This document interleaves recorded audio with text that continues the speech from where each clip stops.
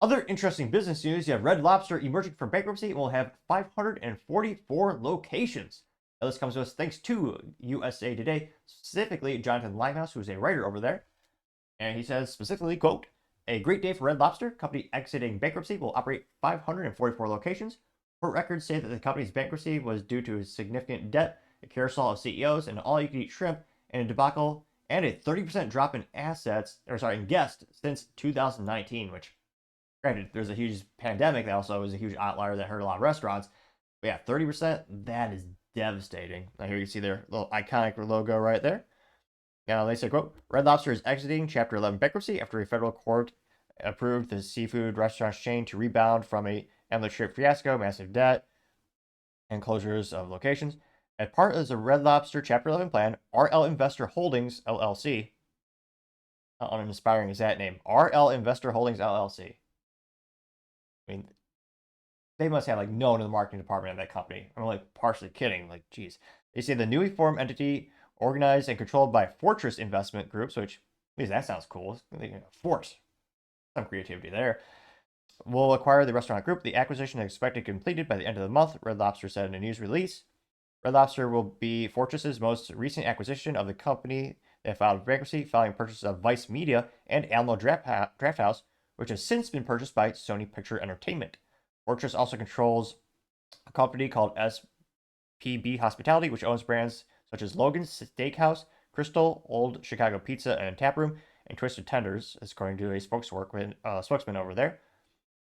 Runt, who's a spokesperson, says, quote, it's definitely an area where we have a lot of experience. Red Lobster is a big undertaking. It is 500 plus locations, and we're excited to partner with the prospects of the restaurant. They say, quote, once the acquisition is complete, Dimola Akumuntum will become the CEO of Red Lobster, the restaurant chain, and take over after CEO Jonathan Tidbis, who stepped down from the role and leave the company.